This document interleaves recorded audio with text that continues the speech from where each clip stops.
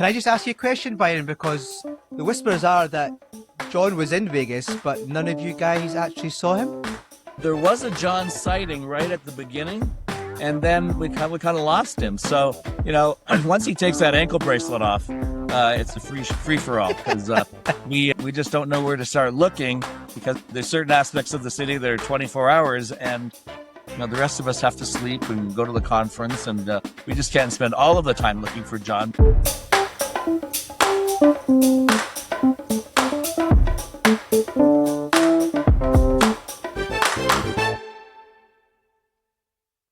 Welcome back to the Sports Dentistry podcast. We've hit number 3, Umar. We're making headway.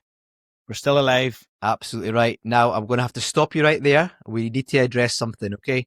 So, the podcast has been out, and it's been really good, free-flowing conversation between you and I. However, I've had some feedback, John. Okay. That feedback is, my name is Umar. My name is Umar, not Umar. And I've let it slide. But when some people have been messaging me, say, why is he calling you Umar? Umar, I said, he's Irish, just let him be. But my friend, you're going to have to either say Umar or you or Umi or something. So is that okay? Is that okay with you? It's Umar. That's it, mate. Actually, I don't mind. It's just for the listeners, So it's just pronunciation is a challenge for me. It might be just my accent, but so I just have to. Sometimes I have to think of things that remind me. So a mare is like a female horse. So I just have to think of you're a female horse. You are. Don't think too hard, John. Don't think too hard. Also, I'm just going to go and get my sunglasses because your sunburn is actually piercing my eyes after Tenerife. So just get them on. I did get a little bit red. The sun was splitting into the wee bar I was sitting in. I couldn't find enough shade, so I got a little bit red. But if the brownie points are back, I've got a few brownie points back. I wasn't in the good books after Rome, I'll have to admit, but I've got a few brownie points back. There was one day in Tenerife, we were having breakfast, and she put her hand on my leg and she says, "You know what's funny? Sometimes I think I've been so lucky to meet you, and then other times I just really want to kill you." Now, if that's not the definition of true love, Umar, I don't know what the definition of true love is. Who needs William Shakespeare? Do you know what I mean? That's amazing. Actually, to be honest, I think my wife probably says exactly the same thing. So yeah, I think we're both. I think we're both the same in that respect. So we've got good feedback from Fiona's pod. It was a great first guest. I think it was the perfect first guest for our pod. Absolutely right. I think she came across so well. Lots of positive feedback. I spoke to Fiona afterwards privately, and she was saying that, I'm not sure how I came across. And I said, honestly, Fiona, I could sit and listen to you all day, and I'm sure a lot of the other people who are listening to the podcast would as well. And from people who have spoken to me about it, I've said it was very informative, and she came across so well. Nothing but positive feedback from that podcast. Yeah, it was great. And just her journey and how she's been able to develop it. It's really inspiring for anybody out there trying to get into it. It takes time. It takes time and it takes a lot of effort, but it's worth it in the end. And you can see from small acorns where Fiona just was complaining about not getting a ticket to the match to what she's ended up developing 18 years later. It's just absolutely fantastic. Yeah, she talks about the relationship she had with James Robson, and as we know, is one of the most well-decorated sports medics in the world, doing lots of British Lions tours and obviously working with Scotland.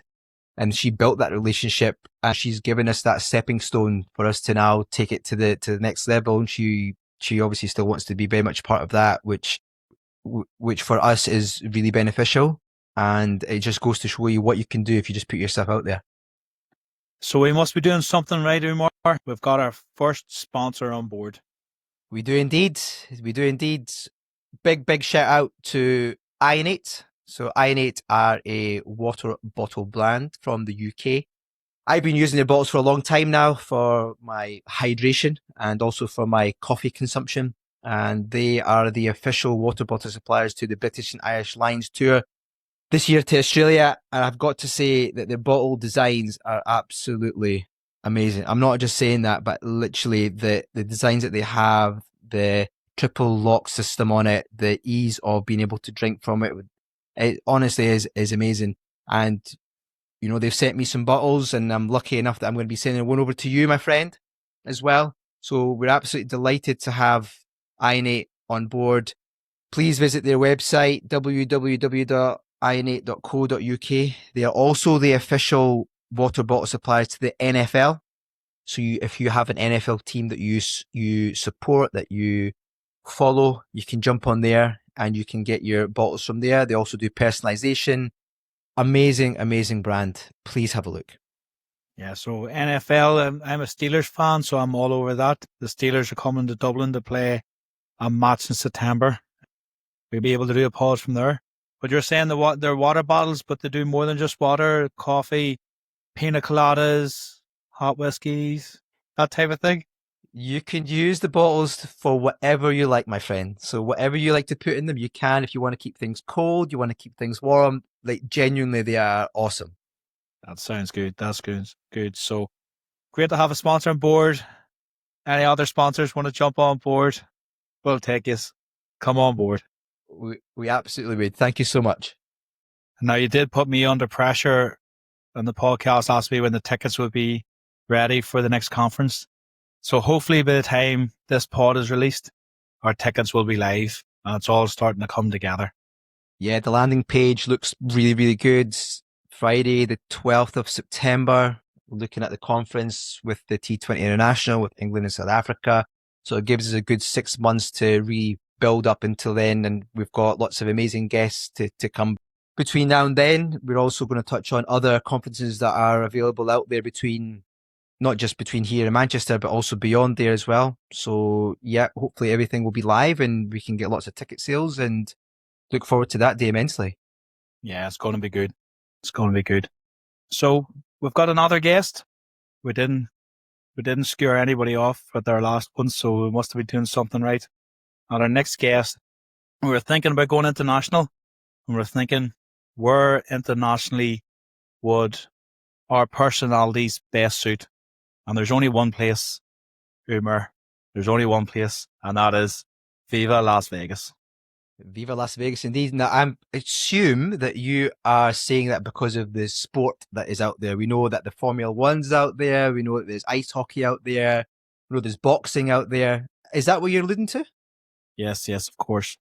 I went to watch I went out to the Academy of Sports Dentistry conference last year, and one of the last days, myself and Steve Mills, we went up and watched one of the baseball games.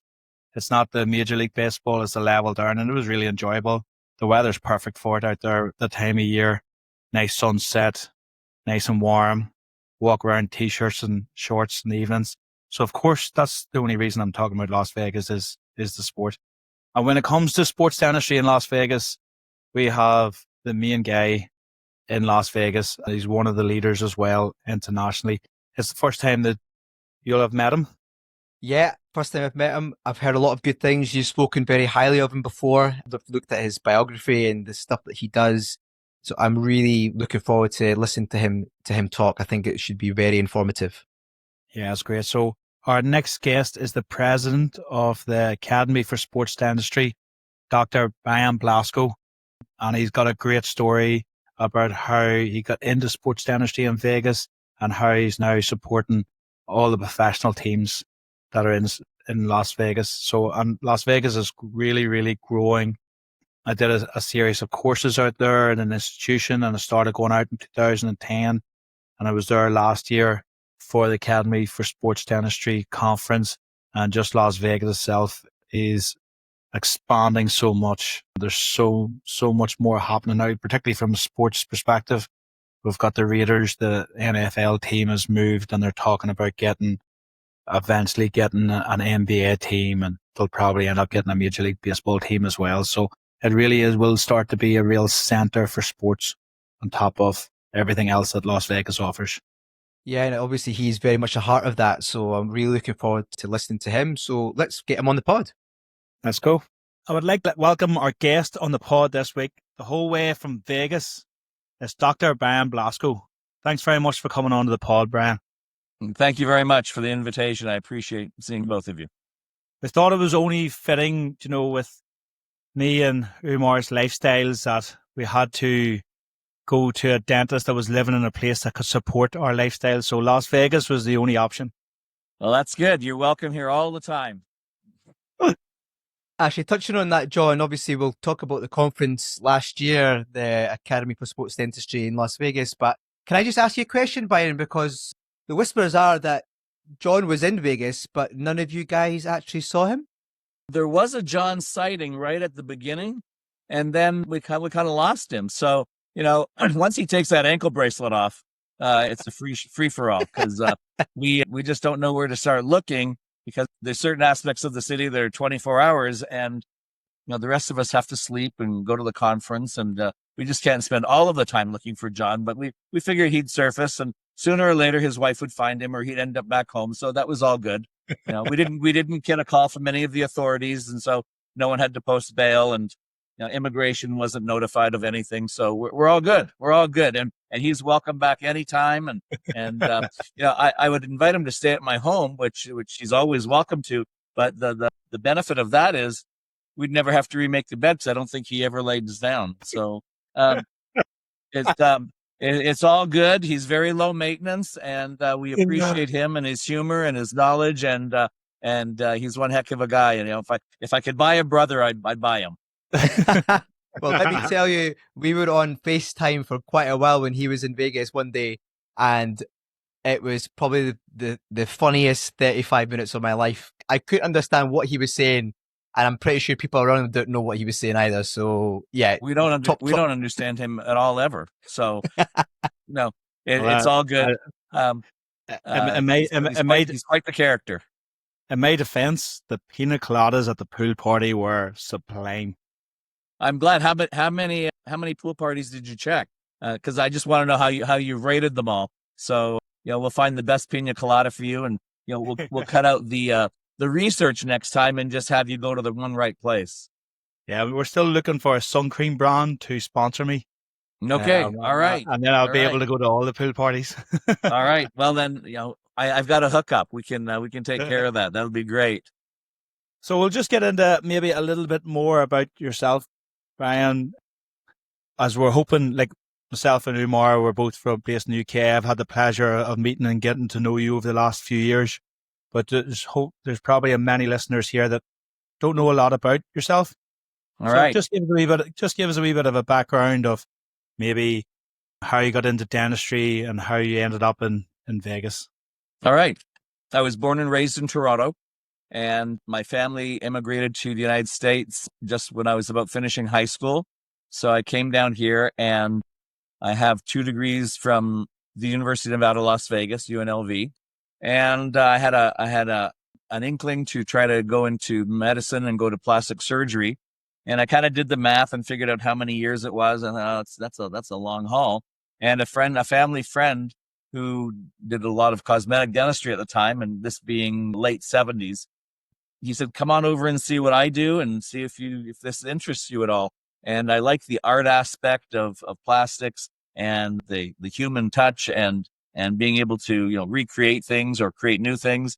And so when I went and saw him practice dentistry, I thought, this is something I could do. And, and I could get out of school still at a fairly young age. Not that the other would have been much older, but so I proceeded to on that route. And I once graduated from UNLV. I went to Tufts University in Boston and graduated from there. I was the first person that Tufts ever graduated early, and moved back to Vegas and started my practice. I didn't play well with others. I went to work for one clinic, so to speak, and I noticed after about 4 or 5 weeks after I'd done initial exams, there was maybe 4 of us in there that had just graduated from dental school within the past year or so. And there was a clinical supervisor, an older gentleman who was a dentist here in town. And I noticed after about 4 or 5 weeks that my treatment plans were changed, and I couldn't figure out what was going on. So I went to him and I said, someone's been changing my treatment plans. He goes, well, I have. And I said, well, how so when you've never seen the patient? And he goes, well, you do what makes us the most money. You don't necessarily do what's best for the patient. If what makes us the most money is what's good for the patient, then that's a bonus for them. And I had a hard time with that concept. So I said, see you later. And I went to work for a family friend, who was having back surgery, and he had a pedo practice. And after about 3 months of that, I thought, well, this isn't really what I signed up for. And what I thought dentistry was all about. Treating kids was fun, but that wasn't where my passion was. And so I thought, well, maybe I just don't play well with others, so I will build my own office and have my own practice. So within about 8 months of arriving back in Las Vegas, I found a plot of dirt that they were building a building on. It was at the very edge of town, which is now in the middle of town, but built an office, and I was in private practice within about, about 8 months of moving back to Las Vegas. So I've been in private practice ever since. I had one office for about 13 years, moved into another office, built a new office on the edge of town again I stayed in that office for about 23 years. And then during COVID, when we did an analysis of all of our expenditures, I thought, well, geez, what I'm paying in rent, I should be able to make a mortgage payment on buildings.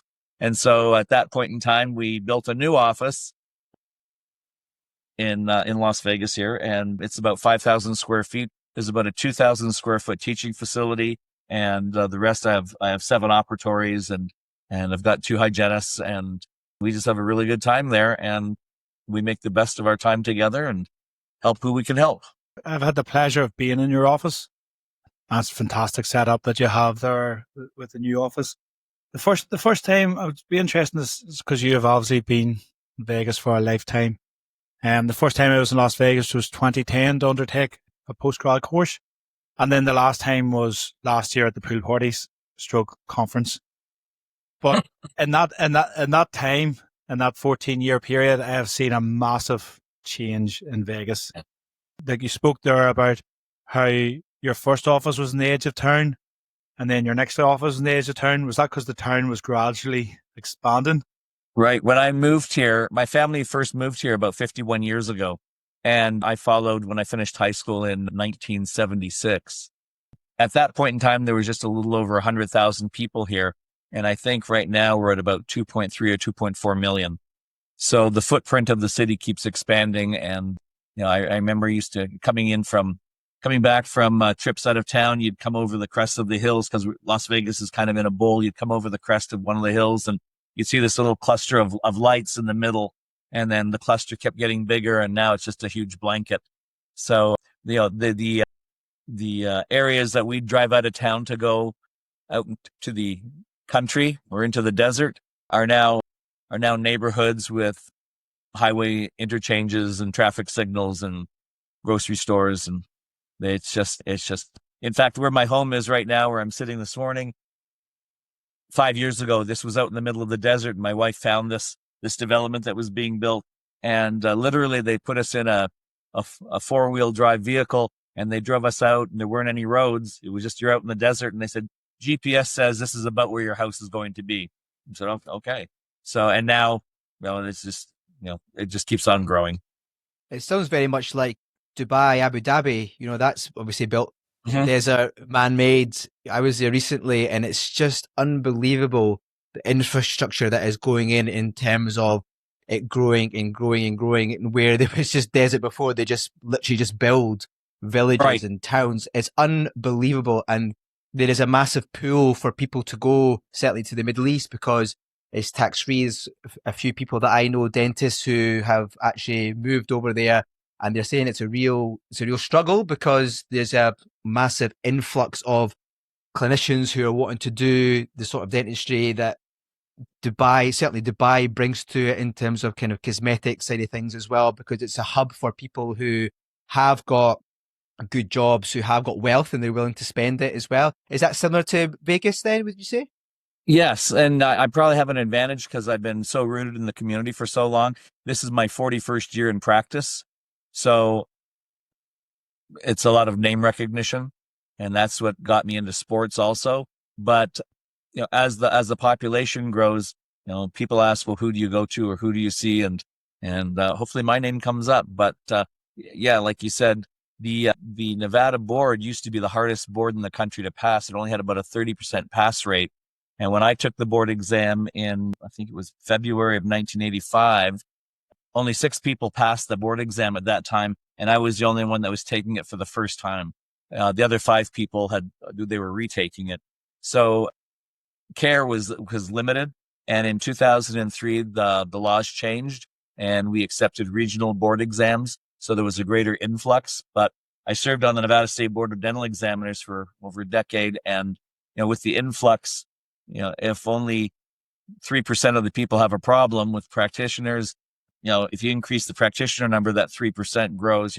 3% of a dollar is not as much as 3% of $1 million. So there's the good, the bad, and the ugly, like in everything. And at Tufts, they told us the first person in the class is called valedictorian, the last person is called doctor. So you have a complete spectrum of practitioners here.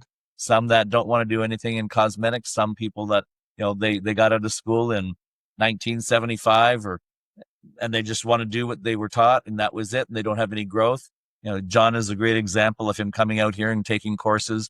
And if I feel if you stay the same, you're actually being left behind, because the world around us is changing, right? And so if you don't morph or grow with it, then you become antiquated. So this keeps me, the Academy for Sports Dentistry keeps me excited. There's a lot going on. I love listening to John, and I've been doing the neuromuscular aspect, or if you want to call it the orthopedic corrected bite, for about 15, 20 years now. And so there's a lot of excitement, and now it's becoming more recognized in North America. It's been recognized around the world. So, there's a lot of facets that are growing in dentistry. And, if you grow with it, you stay relevant. Yeah, definitely. That's what I found. I got open doing some of the courses out in Las Vegas. It opened my eyes to parts of dentistry that I hadn't experienced before, and things like that. So really helped growth. With the expansion of Vegas itself and the growth of Vegas, and it's seen now an influx of professional sports teams, and you've been with them for quite a while. But before that, there was the professional sports teams in Vegas. Tell us about your sports dentistry journey and how you got into that. Well, we talk about this often amongst a group of us, and we say, well, every dentist is a sports dentist. You just do whether you put that jacket on or not. And basically it is trauma-induced treatment.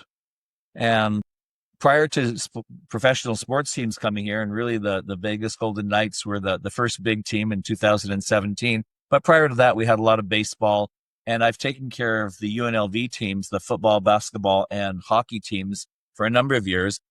Their hockey team just won a championship for the first time in club history about a week and a half ago. But they've existed. That hockey team's existed here for about 20 years now. So back in the 90s, there was a team called the Las Vegas Thunder, and they were a semi-pro team. It was kind of the NHL players that were trying to improve to go up, or they're rehabbing and going up to the NHL, or players in the NHL that maybe weren't able to sustain that level anymore, but did not want to give up hockey. So there was a transition of people going up and people coming down. So I was lucky enough to deal with them. Having grown up in Canada, hockey was in my blood. Someone asked me, I still play hockey now, and someone asked me, well, when did you learn to skate? And my retort to that typically is, I never remember not being able to skate. So I must have been fairly young. But the school I went to had its own indoor rink, so we'd play 9 or 10 months out of the year, and that was just my way of life. Not everybody's way, but I thoroughly enjoyed it. So when hockey came to Las Vegas, ironically, the person that they taught to become the orthopedic surgeon for the team had gone to school in Boston when I was there, and we knew each other. So he asked me if I'd join him in that endeavor. So that lasted from about 93 to 99. And then that league folded. Some of the teams realigned with the other leagues, but the team here in Las Vegas left. But I still take care of the UNLV teams. And then when there was word that an NHL team was coming, that was about 2015, I wanted to be part of that because it's kind of in my blood, it's in my lifestyle. And it's something that, when you grow up in Canada, everybody dreams of being in the Stanley Cup or scoring the winning goal or doing something like that. But, if by 15 years old, you're not tapped, it's not going to happen. So it's very difficult after that. So that kind of passed me by, and academics were my thing. And And, you got to look at, they say, well, were you good enough? There's a neighborhood in Toronto. It's a little suburb. It's called Markham. And I've heard that there are 30,000 youth in hockey there. And they said statistically that maybe one of them may not make it to the NHL, but they may have a crack at a tryout with some level of team to advance to that. So, when the odds are 1 in 30,000 and you're watching these NHL players now who are phenomenal, but you say, well, he should have got this or he should have done that. You're still looking at 800 of the best hockey players in the world. And so, that wasn't going to be me. But I loved hockey. And so when the opportunity came to connect with the people that were putting the Golden Knights together, I approached them and I've taken care of them since day one. Yeah, very good. Just for our UK listeners, whenever Byron's talking about hockey, it's ice hockey. That's true. It depends what part of the world it is. And I had the pleasure of going to a game. I was very fortunate a couple of years ago when I was in Vegas that you were kind enough to bring me to a game. And the NHL game, it's so fast and so physical. And what we were just discussing before you came on here was like the amount of games these players have to play is completely different than the sports that we would support. So we've been talking a lot on recent podcasts about rugby because the Six Nations has been on, but the players with rugby are maybe having a week's break or at least 6 days anyway. And throughout the tournament, they'll have a 2-week window and another 2-week window. But in ice hockey, they seem to be playing almost every day. I think there was a game last night, and that's maybe their 80th something game of the season. Right, we're getting up there. There's typically the season is 82 games, and then there's a preseason of about maybe 8 games, and then if we're lucky enough to make the playoffs, which this year we will make the playoffs, that could be another maximum of 28 games, and so 8, that's 110 plus preseason. So there are a lot of games. Last week when I was attending, they had 3 home games in 4 days, and they played.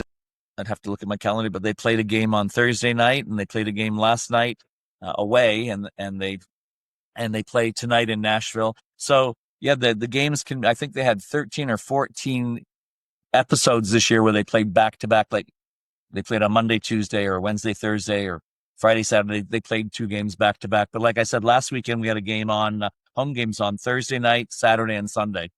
So there's not a lot of time for recovery, and these guys are tough, I tell you. But I love watching rugby. I must say I don't totally understand it. I'd have to sit with you guys, and you guys could explain a little bit to me.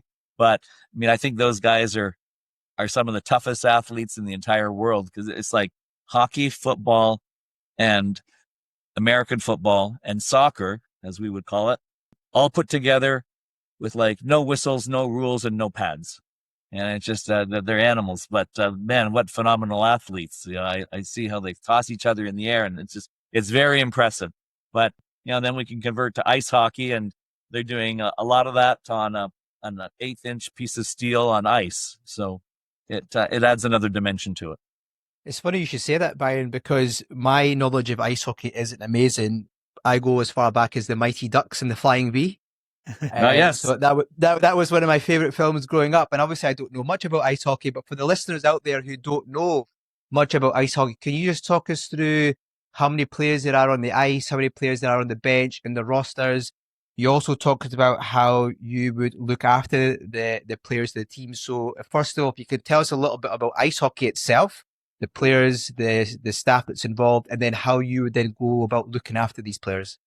All right. Well, there are multiple coaches. Each coach, there's a head coach, and then he's got some assistant coaches, and each of them have their forte. It might be goaltending or defense or power play, and they each kind of have their forte as to how to mold that section of the team. Typically, there's about 24 players on a team, 2 being goalies. So on the ice at any given time, a team would have a goaltender and 5 players. Typically, they're called 2 defensemen and 3 forwards. So that you'll have 12 players on the ice at a time, including the goaltenders. And the people are familiar with basketball. and American football. So they call it quarters. But in hockey, there are 3 periods. There's not quarters. There's 3 20-minute periods. So there's 60 minutes of play time. It's stop time. And unlike soccer, we count down, not or football in your world, that we count down as opposed to counting up. And there are different penalties for different purposes, and mostly for player protection or to keep fair play. And if a player gets a penalty, sometimes that's a 2-minute penalty, sometimes it's a 5-minute penalty, sometimes it's a 4-minute penalty, depending on the scenario. And what happens with that is that a player from the offending team, that player would go to what they call the penalty box. So they would play with 4 forwards and 1 goaltender. So the other team has a man advantage for the 2 minutes or whatever, or 4 minutes, whatever it takes. And the object of the game is to get a disc that is 1 inch thick and 3 inches in diameter past the goaltender in the other net. And what type of support then would you provide these players?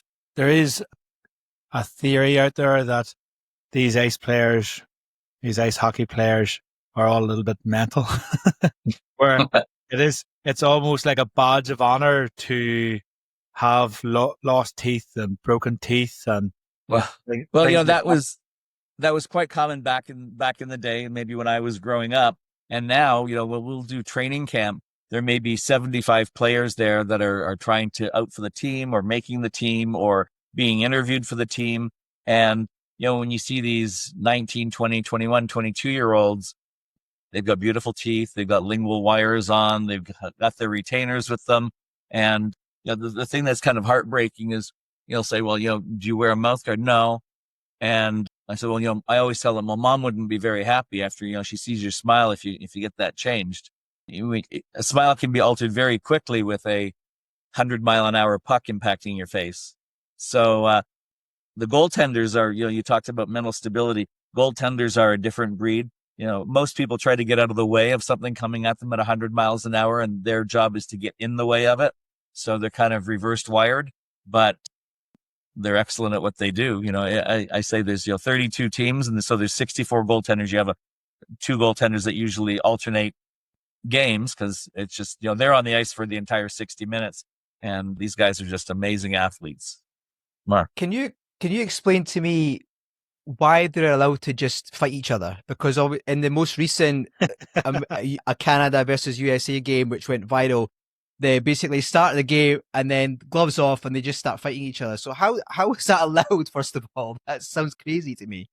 Well, it is, but it wasn't there were 3 fights in the first 9 seconds of that game, and it wasn't a result of that game. It was a result of previous encounters. That's kind of a culture of the game, but that it's you leave it all on the ice. It's do or die, and whether you're playing for you play for the crest on the front of the jersey, not the name on the back.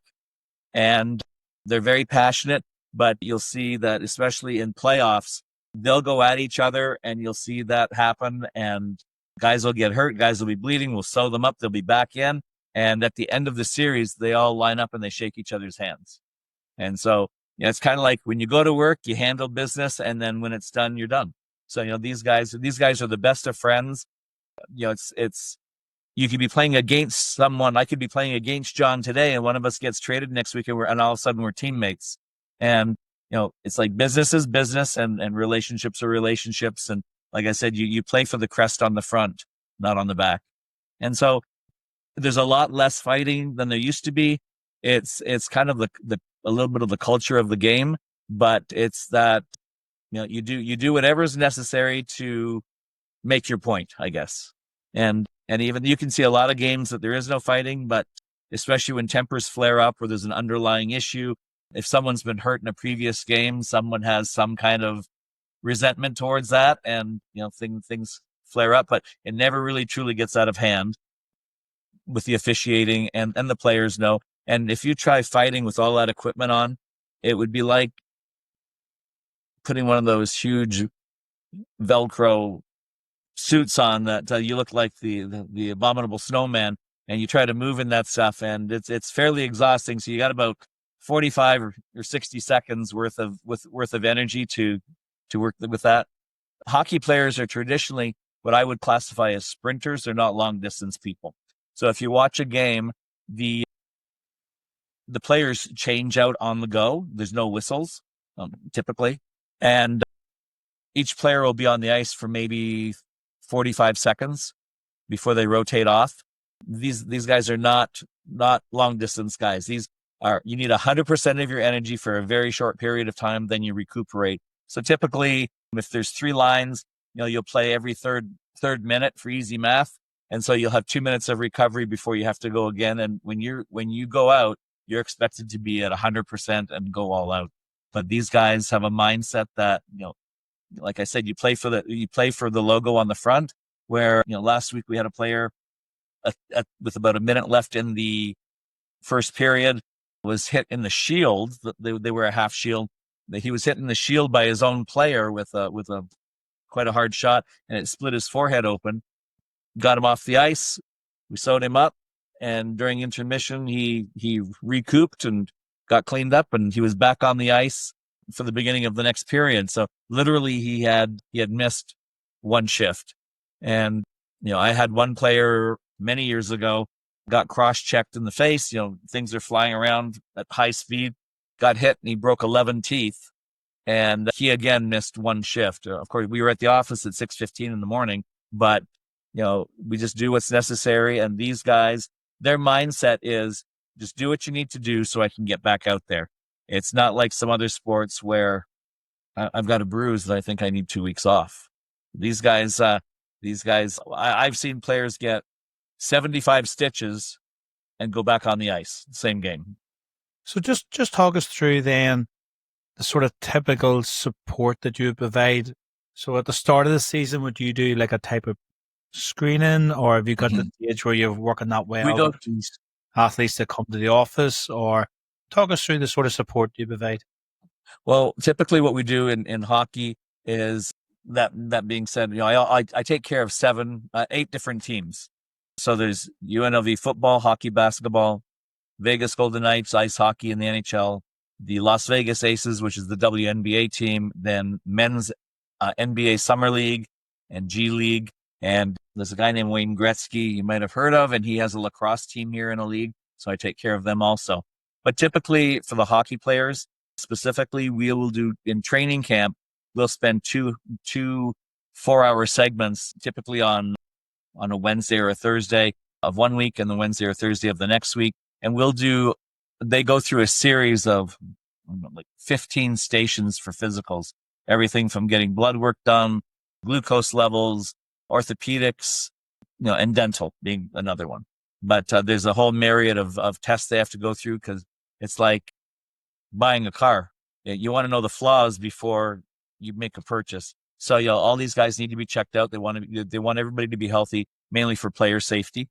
And so I'll do an intraoral exam. It's very cursory. It's no radiographs. It's visual. I'll have a mirror and explorer. I'll have my loops on. And is there anything grossly wrong? A lot of times in the players in that 19 to 23 year range, they'll need their third molars removed, or there'll be operculums or teeth that are partially erupted. And, we'll flag that. And people say, well, why if it doesn't bother them? Well, we don't want it bothering them at 2:00 on Christmas Eve when they're not going to get any help. We don't want them bothering them the day the season ends and playoffs start in 2 days, and they're expected to play, and now they need all 4 third molars removed. So we try to be proactive. We look for broken teeth, things that haven't been addressed in the past. A lot of times when players come from foreign countries, maybe the level of care there, the level of preventive care there isn't what we would deem appropriate or up to our standard. And there'll be a lot of carious lesions or broken teeth. And obviously those need to be addressed. And so we do that cursory observation. And then, if it's on Umar, I'll say, I'll tell the head athletic trainer that, this is the person I've seen. These are the conditions I'm concerned with. And this needs to be addressed prior to the season. And again, that there's probably 2 or 3 week window there that we can address it prior to the season starting. And so we have that opportunity. That's brilliant. It's part of a station. So you're very much incorporated into that. testing, prevention phase. You said that you use a mirror and explorer. What are your thoughts on potentially using an intraoral scanner like a Trios or an iTero? There's other brands out there, but what about using that? Is that something that you feel you can incorporate into your screening? You can. In fact, I haven't taken an impression on someone in quite a few years. We scan and then 3D print the models. But that being said, you have to keep in mind that with 75 people, let's just round it off to 70. So I'm doing 35 exams in about a 3 to 4 hour period. And so that adjunct is if we see something that we want to document, then we have them come to the office where I have that equipment. It's with the Wi-Fi systems in the buildings and my equipment, my scanner is a Prime Scan. So to throw that in the car and drive around with a $125,000 piece of equipment, I'm not willing to risk that. But so like if I saw something on John, I'd say this is an issue. He comes to the office, we would photograph that before we start, so we have documentation. Because a lot of times these players are phenomenal insurance and phenomenal benefits, but everything has to be documented. And if it's an ongoing issue, let's say John played for Team X and he's playing for us before and he plays for Team Y now, that may have been an issue that started previous. And so we're continuing care. So we want it all documented to give John the best treatment possible, but also that, there has to be someone responsible for that. So we document everything. Using a scanner would be great. It's just in that initial screening, it's too arduous as far as timing goes, and setting up to save the data and to have the Wi-Fi connections and whatever.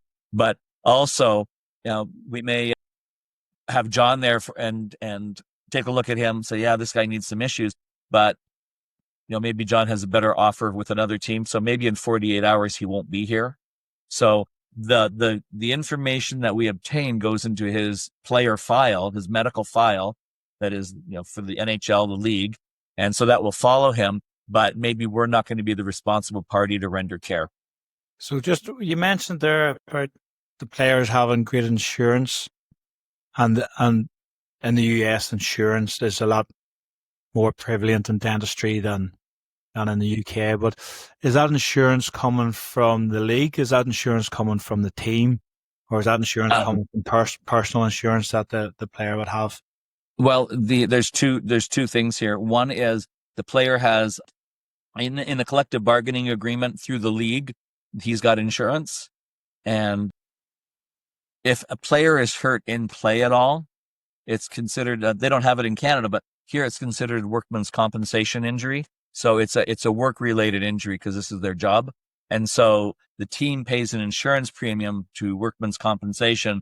And so, if you're playing, John, and you sustain a facial injury, that's all covered under the workman's compensation. It's not your personal insurance. It's not the league insurance. It's the team's workman's compensation insurance that, you're working for us and we're going to protect you. And that's what provides the coverage.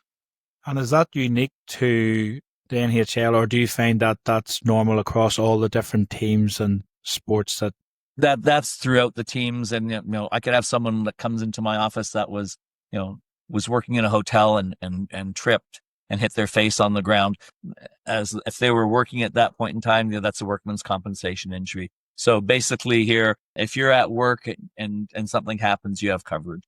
But do you find that with like your university teams? Or do you find that with your women's basketball? Are they all kind of covered under the same type insurance, or does it different dependent? We were just treating a young lady. She's 22 years old. She's on the cheer team for the university, and they were doing some tosses in the air and flips, and someone happened to forget to catch her, and she landed on her face, and she fractured the central incisor about 2/3 of the way down the root. And so it ended up, and it was knocked lingually about 5 millimeters. Had her come in. I repositioned the tooth and splinted it. And we've been watching her now for about 4 or 5 months. It looks perfect, but she was in a lot of discomfort. It kept coming and going. This week I'd sent her to the endodontist. He did a root canal therapy on the tooth. He did an apicoectomy, removing the apical third of the tooth that was superior to the fracture. and he did bone grafting and closed her up. And we're just waiting for that to start healing. That was just done on Tuesday. But the athletic department at the university covered everything because she was hurt in an activity at school that she had coverage under. So the athletic department paid 100% of her bills. Oh, very good. So then you would do the preseason screening with the teams, and then you identify the players that would need to get treatment before the season starts, carry out that treatment in the office, and then during the season, what sort of the typical support you would provide? If they want to come in, let's say, get their teeth cleaned, or they have restorations that they need, then that falls under their league-provided dental insurance, and we take care of that. Or if not, these guys are all making a heck of a lot more than we are. So, $4, $5, $6, $8, $10, $11 million a year. So if they need coverage for their kids or whatever, it's all pretty much covered, financially. But during the season, if someone gets hit with something and fractures some teeth, again, that's a workman's compensation injury. We'll have them in, do whatever, if it be adhesion dentistry or bonding the teeth or replacing them with a couple of crowns, whatever is necessary, then we provide that care. We have to schedule that in such a way that it doesn't interfere with practice time or travel time. So sometimes something may happen, we'll have to temporize it. And I've got an entire arena kit that I can do a lot of stuff right when it happens to keep them comfortable. But like, if a lot of times something will happen to other players. So let's talk about that for a second, where there's 5 doctors at every NHL game: a dentist, maxillofacial surgeon, orthopedic surgeon, sports medicine, and emergency medicine. And emergency medicine, you never want to see them leave their seat, because if they go out, it's something significant. Either the player's lost their airway or broken their neck or got an issue. So, you never want to see those guys working. But everybody else has their little area of expertise. One of my friends complained, they said, all you do is go to the games and watch them play. I said, yes, but when something goes wrong, I'm the only guy that can fix it, in my field of expertise. But anyways, we are responsible for both teams, all the officials, and anybody that's traveled with the teams at every game. And that being said, that, we don't travel with the team because basically they couldn't afford the time that I would take out of my office to travel to 82 games between home and away. They'll go on a road trip typically for sometimes overnight, and sometimes it'll be for 10 days, depending on the teams that they're playing.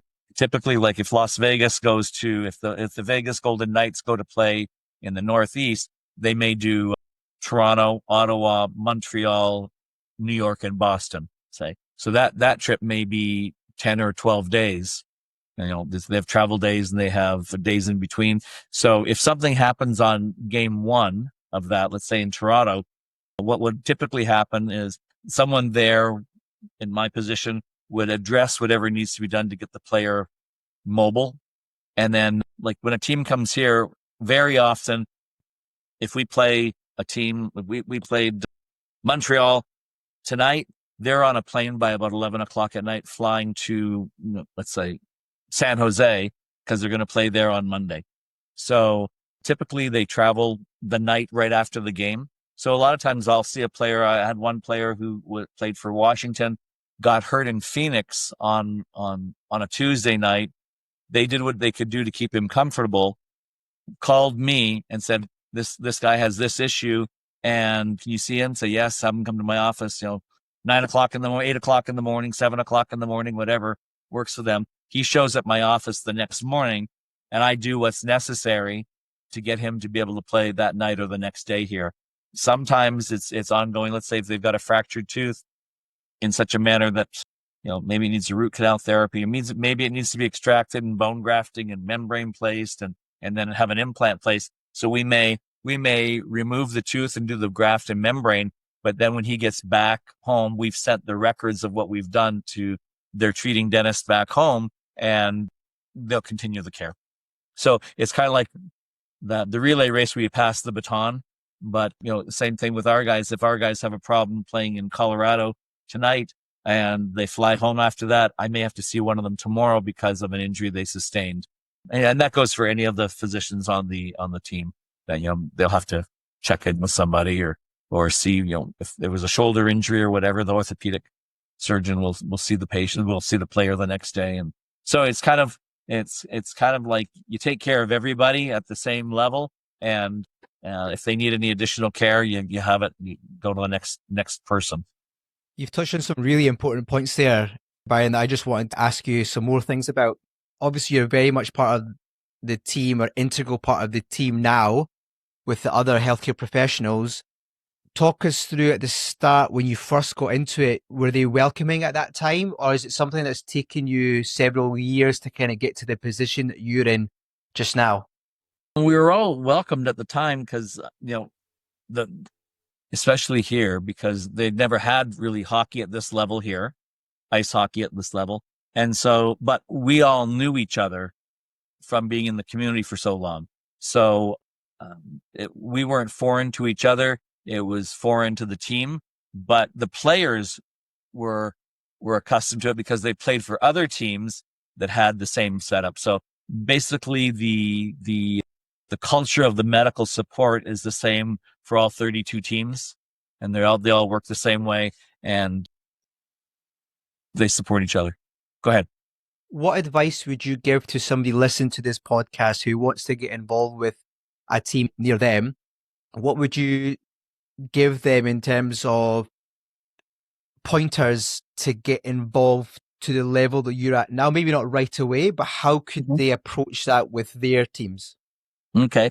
Like I said earlier in the podcast, that every dentist is a sports dentist, whether they know it or not. And it's, well, I don't take care of a team, or I don't go to the school, and I don't do this, and I don't do that. But do you take care of the kid who falls off the bike in your driveway and hits their face? Or do you take care of the high school guys that are goofing around, or the old men that are goofing around on a Saturday morning and playing basketball and someone gets an elbow in the face? Or do you, basically they're all trauma induced. Is it the same as your niece coming over and visiting and running through your living room and tripping and hitting her face on the edge of the coffee table and having a laceration or breaking a tooth? There's really no difference. It's just the scenario that you're in. So everybody takes care of this the way they know how. And if you don't know how, there's organizations such as the Academy for Sports Dentistry that we enlighten you as to options that you can do. And we teach suturing and bone grafting and different techniques. But anyways, that being said, that if someone wants to become more involved, is their child playing, and I'll use American context, but are they playing Little League baseball, or are they playing elementary school basketball or high school basketball, or what are your kids involved with that you want to be part of? Again, if you want to be more involved, say in a community thing, you can go to the school and say, I know you don't have a sports dentistry department, or maybe you don't have physicians at any game. You're a high school basketball team, but if anybody ever has an issue or gets hurt, here's my card, here's my contact information. Please call me and I'll take care of it. So you got to put yourself out there and have people know that you're aware of what they're doing and that you feel competent that you can take care of that. And you want to be the go-to guy that they call. So, and as that not notoriety per se, but as people know, I can call Dr. John and, he's taking care of this person and that person. Now we have this team of, field hockey or polo or whatever you want to do. And, someone got hit in the face. They know to call John because John's dealt with their sister's basketball team for her daughter or something. So, once that reputation starts to grow, then you're the kind of the go-to guy. And that's how I ended up with 8 teams, because a lot of times these teams would come to town, and rather than doing a bunch of research and vetting people, they'll, the Las Vegas Aces will call the Vegas Golden Knights and say, hey, who do you use for this? And they'll tell them this. Okay, well, then that's our guy. Yeah, so that's a good. It just starts rolling. That's a good point, where I think a lot of people expect, if they maybe go to, say they go to Washington this June and do the sports dentistry team dentist course, and they put it up on their website, they now do sports dentistry, they kind of maybe almost expect people to start phoning them and emailing them and asking them, can they support? But a lot of it's about you going out and offering your services and saying, this is what I can do and this is what I'm interested in. And like one of the best advice I can give people that do want to try to get more into sports dentistry is to try to go into a sport that you're passionate about. Right. You know, I think that's really important. It's not maybe the sport that has the most famous Instagram athlete that on their team, because what you find when you start doing sports dentistry, there's a lot of time where you're not doing a lot. Right, exactly. If it's a sport you're passionate about, then you know you're in your happy place because you're watching the sport that you love. I obviously I'm passionate about ice hockey, and then that's part of my life. But I know some people that may not be interested in that at all, and they feel it very arduous to attend a game. And you watch them, and they're very uneasy being there because they're not interested. And so it's much easier to be interested in something. Something else that I did is my grandson plays ice hockey. He's a goaltender, but one of their requirements is that they have to wear mouth guards. So what I did is I just put it out to his team that I said, I made a little flyer, gave it to him. I said, next time you go to practice or you go have a game, give this to your coach. And all it was a flyer that anybody on the team that wanted a mouth guard, I would fabricate it for them. So they come in, they see the office, and they, oh, geez, I haven't been in for a long time. Or you also have the opportunity to say, I'm fabricating this mouth guard for you for protection, but you also have these issues with these teeth. You should have that addressed. And they say, oh, my dentist never said anything. I said, well, then you may want to wonder why. Or some of them, a lot of times they'll say, well, I don't even have a dentist. And they say, well, if you'd like to make this your home, then we'd gladly take care of you. So that's how it kind of blossoms. I think you both said it there. You have to approach it yourself. You have to put yourself out there because people aren't just going to know that what you're doing. And especially if you're taking the time and effort to go to these extra courses to learn about sports dentistry, then you have to then approach the clubs, the athletes yourself. And then that's how word spreads. Word of mouth is so powerful. Obviously, social media is very, very powerful as well. But that's how it all grows. That leads us on quite nicely to the Academy for Sports Dentistry conference this summer in Washington. So can you tell us a bit about that? Yes, last year it was held for John's edification. It was held here in Las Vegas, John, and then this year it's in Washington D.C. and I believe in 2026 we've just secured the site to have it in San Diego, California. So if you guys want to have a little sun and palm trees, I mean, well, John, you'll just see the inside of places, but you'll see the pools. Yeah. But anyways, that being said. So those are the locations. This year, I welcome anybody to go to the ASD website, Academy for Sports Dentistry website. And on there's symposium information. You click on that and it will tell you about speakers. It'll tell you about hotels. It'll tell you about different options for sightseeing and things to do. But we try to keep the content relevant and we try to keep the content changing. Certain times we'll come back and revisit certain things, but in the sports team dentist course, I put that program together and revised the whole thing about maybe 4 or 5 years ago. So I've been in charge of that. But I thought it was always important for people to be able to fabricate a mouth guard to some standard, to understand how to suture a lesion and how to scan somebody, how to do an intraoral exam for cancer screening. So we incorporate all that in. So that team dentist course stays fairly consistent with what we teach. And that being said, we try to incorporate new things into it also. And we talked a little bit about intraoral scanners. So, we all kind of grew up and are very familiar with taking impressions. Some individuals aren't very familiar with scanners or that technology. They've not been exposed to it for whatever reason, or they shy away from it because it is technology and they're not comfortable with that. So we've incorporated scanning into the team dentist course. And so they learn how to scan. They work with a multitude of different scanners. I think we have scanners from 3 or 4 different companies, and that'll be in Washington, D.C., because you can get scanners for $8,000, you can get them for $80,000. So, whatever works for you and however you're going to use it. So I just feel that it's an dentistry is an ever evolving profession. I don't use the same materials that I used when I was in school, and we don't use the same technology. I've been a CIRAC instructor for a number of years. I've been doing CIRAC restorations in my office now for 24 years. But some people still don't have any clue of how to use it, how it's used. they have no concept of how great the restorations are. And that's because what they've seen, people don't use technology well. That's kind of like the old adage, garbage in, garbage out. And so you have to be on your game. You have to keep learning. You have to learn software. You have to learn everything that they never taught us in school.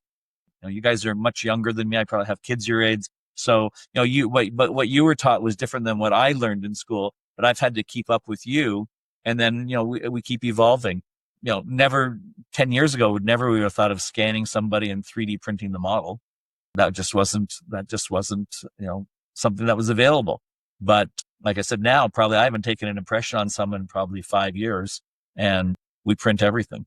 So that being said, that becomes very advantageous for players, because as they're traded, they don't need to call me and say, oh, can I come get my model? Or, hey, can you ship this? And, all we do is email an STL file to, from here to Tampa Bay, and they've got the file. So, if they need to fabricate anything, then they've got it. But with the sports team dentist course, we try to keep that fresh and evolving.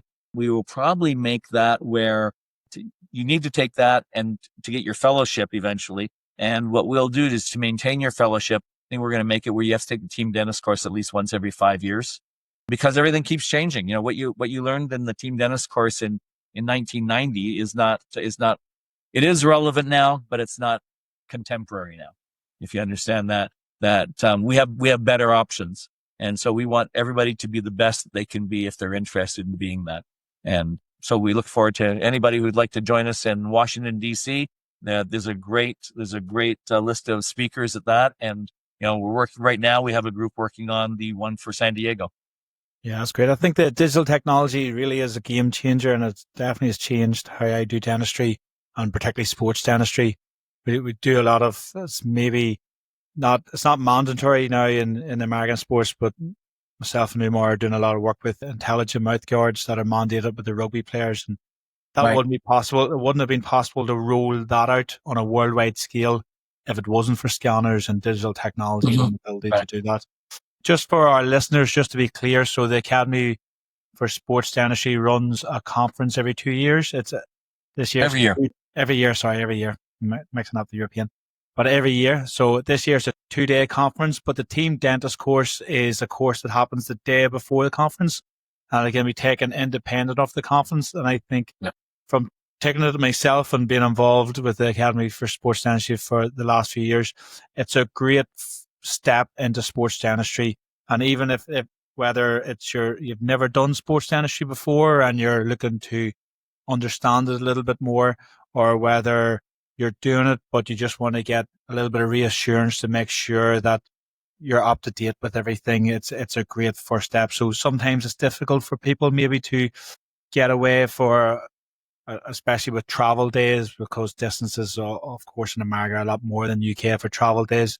If you wanted to go for a 3-day conference, you're probably talking about 5 days with your travel days at the minimum. But if it's something that you maybe can't commit to, but you want to get more involved in sports dentistry, the team dentist course is a fantastic place to start. And then that can always lead. There was people I've met in the team dentist course. I actually met a dentist that had never done sports dentistry, but was heavily involved with his local university in America in Portland a few years ago, and he did the team dentist course. And he was a very experienced dentist, but because he hadn't done sports dentistry, he was a little bit unsure. And just the confidence the team dentist course gave him, the next year when I seen him in Nashville, he was like a completely different person. When you started talking to him about sports dentistry, he oozed confidence and he was more reassured of himself. So I thought that was a really good example for someone, an experienced dentist that's maybe new to sports dentistry, and then getting that education and getting that network, talking to people. We've spoke before at conferences, the education, the speakers are great, but even just the people that you meet and the networking and the conversations you have outside of the presentation, the lectures are all very, very valuable. And one good thing is the associations you acquire, that everybody's kind of on the same page. And like I said, some people may not feel comfortable with doing what we need to do. Certainly if you don't like trauma or you have an issue with trauma, then this probably isn't for you. But that being said, you deal with that in your practice all the time. I mean, if someone came to your practice that had been hit with something in the face, you're not going to say, "Oh, I don't do that," and you go away. So, we all do treat these issues, but the team dentist course gives you that like John said, that confidence. Like, oh, I've seen this before. Oh, I know. Or maybe you haven't seen this before, like, but I know if I see this issue, I can call John or get a hold of John and say, John, this is what I've got. How would you approach this? And so you have that backup, and it's just nice to have that security, and that people are thinking on the same level that you're thinking. It's hard to talk to someone about a laceration or trauma if they don't deal with it at all. And so with this, you have a group of like-minded people. The thing that we're also doing is we've teamed up with the sports dentistry group in Europe and in India, and I think the EA4SD in Europe has between 800 and 1,000 members. The group I just lectured to 2 weeks ago in Mumbai, India, had 100 people, and so it's becoming more widespread. I was just talking to a group of friends yesterday, and I wasn't sure of the numbers that, John, if you have in the UK, of how many people are involved in sports dentistry. Obviously, you've had someone on the podcast that does it, and you guys, but there's more and more people that are available to help you. And if this is something you want to get into, all you have to do is say, I need some help, or where do I begin? And then that, we can put you on the path, and you'll be very successful. If you're passionate about it, it'll be very rewarding. But like I said, this is in your own backyard. It's the kids playing at the school in the neighborhood or down the street. It's the schools that your kids, grandkids, or neighbor kids go to. So you don't have to be, at the NHL level or the professional rugby level, right off. But if you choose to aspire to that, then that's great. But if you just want to help people with maintaining their dentition and good health, then there's plenty out there. You just have to exert yourself, like Umar said, that you got to put yourself out there. People have to know that you exist and that you're relevant. Because a lot of people, if you say, oh, I'm a sports dentist or I do sports dentistry, they have no clue what that means. But if you could educate someone at school, and it's educating the coaches and the athletic trainers, saying, this is what I do. If you need me, this is how you contact me. That day course you're talking about in the States, that's open to everybody, not just people in America and Canada, so people worldwide. Everybody in the world. Yeah. In fact, we've trained a young lady, she will be in Washington, and she was attending the one last year in Las Vegas. Probably John didn't have an opportunity to meet her, but Reena Kumar, and she's a dentist. She puts the program together in India, and we're going to make it where she is able to teach the course there. Stavros Averginos is in Cologne, Germany. He does a lot there. Obviously, if someone was in London, we'd have them hook up with you guys that say, hey, I want to learn more about this. Well, you know what we do. You know how to, you can guide them and teach them. And there are ways, if you sign up for the team dentist course, the sports dentist course, there's about 6 episodes online on different topics, everything from doping to illegal prescriptions or foods, suturing, how to handle trauma, what to put in an arena kit. And that being a side note, I always attest to everybody, don't put anything in a kit to use if you're not familiar with using it. Just because it's in my kit doesn't mean it should be in your kit. And maybe something works much better in your hands than in mine, and you'll have something in your arena kit that is not in my kit. So you customize it for your expertise. But that being said, that the team dentist course is a series of online videos, and we expect them to be taken prior to you attending the course. And then when you get to the course, that's all hands-on.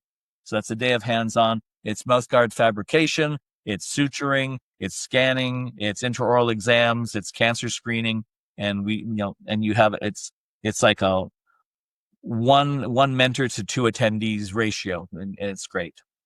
That's one of the reasons why we started this podcast, Byron, is to get people like you on, so people can hear your story and take this worldwide. So when we do meet in person, hopefully soon, it's like we've known each other all our lives, and there's other people who will listen to this and think, oh, I heard Byron, or I heard Fiona, or I heard Thanos, and I want to go and speak to them because they're so experienced. Right. They're so experienced. You've been in the game a long time, and we're just, although I've been in it a decade and John's been in it a little bit longer than that, I still feel quite fresh to it, but I'm wanting to take as much information on board, speaking to guests like yourself.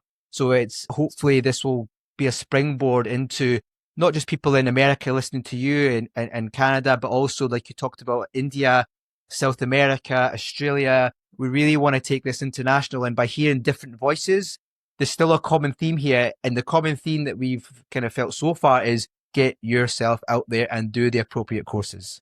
We have many members in South America, and a gentleman the academy for a number of years, and he's the head director of the South American Pan Am Games. So, if you want experience, or you want to be involved, we also had a group, whoever was available. I think there was maybe 8 people that went to Southern California last year to work with the U.S. Olympic Committee and the athletes to fabricate mouth guards for different sports. So, once you kind of learn who's who and who the players are, you say, well, I have an interest in this, but maybe not in this, then that's fine. That's great. Maybe you love, UK football, and that's your passion, and that's great. Maybe ice hockey is not an option if you're living in Dubai, but if another sport is, we can hook you up with, I forget who it is right now. The name escapes me, but he was just involved in a certain soccer league. Now they've mandated that all players in that league wear mouth guards. So, who do we have fabricating those? If they're boil and bite, that's a problem because it affects airway, it affects speech, it affects retention, it affects 100 things. So we want them to learn how to make custom mouth guards. So we'd love them to join us and have that. Like I said, a lot of players shy away from this. Side note, a lot of players shy away from mouth guard or mouth fabrication or protection because growing up, that was not important. That was not a necessity. That was not part of the protocol. It was not part of the safety equipment. It just wasn't a thing. And so if they wanted to wear something, mom or dad or whomever went down to the local athletic store, got them a boil and bite. They hated it. They kept it in their mouth. It felt like they had a mouthful of marbles. And so they're not interested. They have no idea how we fabricate these things that don't affect airway, don't affect speech, have great retention, and incorporating what John and I do. And I'm not so familiar with you, Omar, but incorporating the corrected bite or the orthopedic correction of the occlusal plane. You incorporate all that stuff in, and this is something that you could never go to a sports store and buy for $10. But our main goal is that we protect them and we get them to play the best play possible.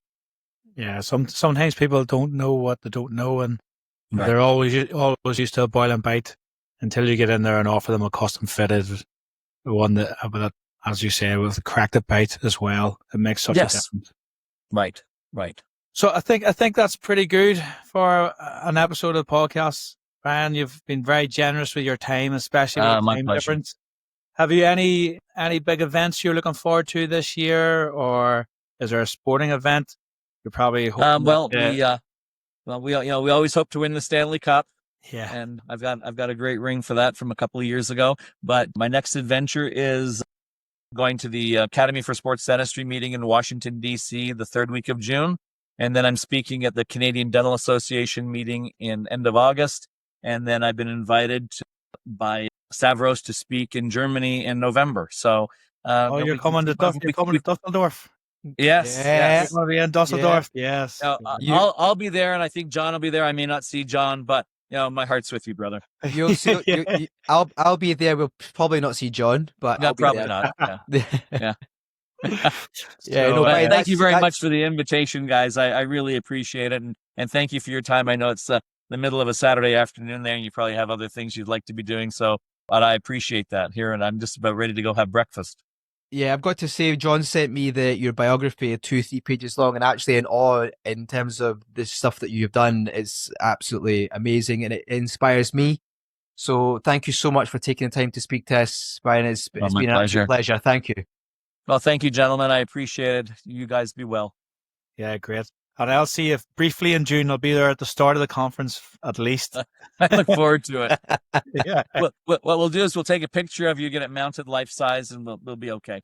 Yeah. Thanks very much for your time. We'll chat All soon. right, guys. Thank you very much. Thank you. Appreciate you. Cheers. Thank you. Bye-bye. We are delighted to have Ionate as a sponsor for the Sports Dentistry podcast. Are you looking for a water bottle that's built to keep up with your active lifestyle? Look no further than Ionate, the totally leak-proof water bottles with triple lock technology to prevent spills no matter where you're headed. With a simple one-touch opening mechanism, you can sip on the go without hassle. Plus, Ionate's sleek, modern designs are not only functional but can be personalized just for you. Made from high-quality steel, these bottles are easy to clean and best of all, they're sustainable. From 320ml to 1200ml, Ionate has the perfect size for you, whether you're just out for a jog or going on a long hike. And it doesn't stop at water bottles. Ionate also has travel mugs and flasks to keep your drinks just right wherever you are.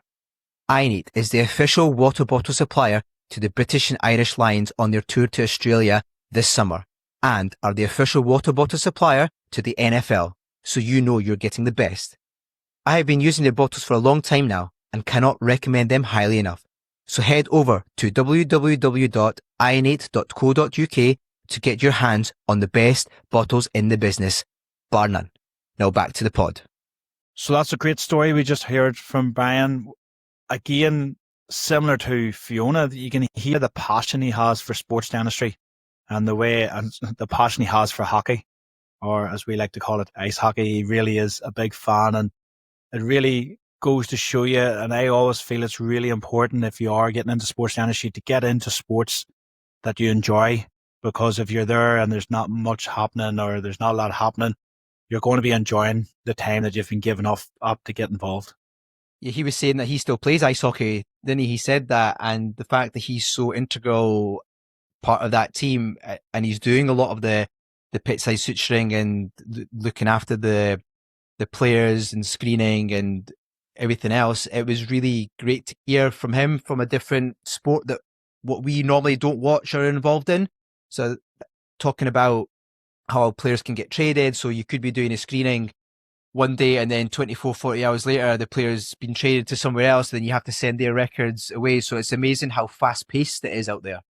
Yeah. And we talk about trying to have the perfect screening form and the perfect screening process when you have to try to do 75 players and the squad's only 24. So 2/3 of that squad you're probably not going to see for the rest of the season. It puts a little bit of a different dynamic on it, and you can understand why we were talking about, do you use a scanner for screening? You can understand why it's almost like a pre-screening he's doing. So he's getting a general idea of everything, and then he can dive maybe a little bit deeper into the players that are going to be there for the season. And also just American sports in general, possibly more basketball and ice hockey, just the volume of games that these players have and the travel times. Do you know, he mentioned about how when they go to play away games, they'll play them in clusters and they could be away for up to 2 weeks. We're starting to see that a little bit more in rugby now in the URC with the South African teams. I know Leinster played the South African teams recently, and they have a trip planned for 2-3 weeks to play 2 games out there. So we're seeing it a little bit more in the URC and the rugby, but nothing like what it is. It's just normal out there with the American sports, and that's a challenge as well when you're supporting these athletes and these teams. Yeah, that's where it's going to become more important, having the connections and having the teamwork with the sports dentists in other cities and in other countries as well. He said there that, you know, the team will be going away to the Northeast, and I think he said Canada, New York, Boston, and a few other places as well.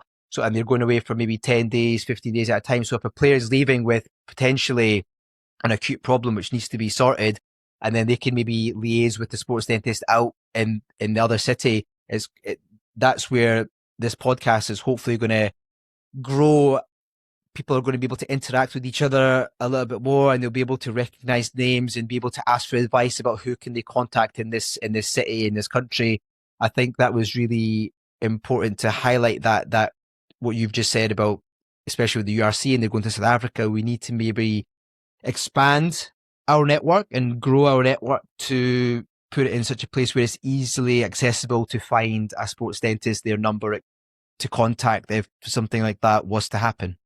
Yeah, so it definitely shows you the importance of having that network of dentists, and hopefully this pod will help more people learn about different sports dentists that they maybe haven't heard of before or know a lot about, and that'll give them the confidence to go out and reach out to them and contact them and maybe meet them at a conference and go up and say hello and get to know and really build this as like a network of sports dentists. So we have that support for an athlete. We provide support for an athlete on the phone us, and geographically, if they're not close to us, we know how to get them that support to close to where they are. So yeah, it shows you the importance of this pod and importance of growing sports dentistry and everybody coming together.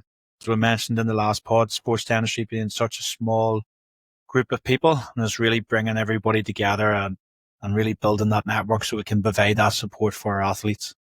It also gives them a voice as well. It's all very well known that these people exist who are doing such great things in sports dentistry, but it's giving them a platform to talk about their story, about what they do and how they envisage sports dentistry going forward. It's really nice to hear.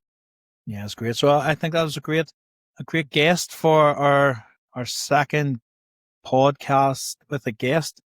So although Vegas is a long way away, I'm starting to feel the jet lag already. Even though we're doing it digitally. Yeah. So I think we should bring it back. We'll bring it back to Europe for the next pod, will we? Yeah, I think that sounds like a good idea. And the next guest, I've been to that area of the world before, and the food there is fantastic. Fantastic food. Yeah. There's sun. Keen of any sun cream brands want to sponsor me? I would need it for going to this next guest location as well. Yeah, absolutely you would. Yeah, definitely. So looking forward to it. Good to chat again, Mayor. Did I get it right that time? You are such a wido. Yeah, no, you did, mate. You did. Well done. No, it's great to speak to you again. I'll work on it. By about 10 pods in, I'm sure I'll have it right. Yeah, absolutely. I'm happy. You call me whatever you want, buddy. I don't mind. Cool. Until the next time. Yep. Take care, my friend. See you. Chat soon.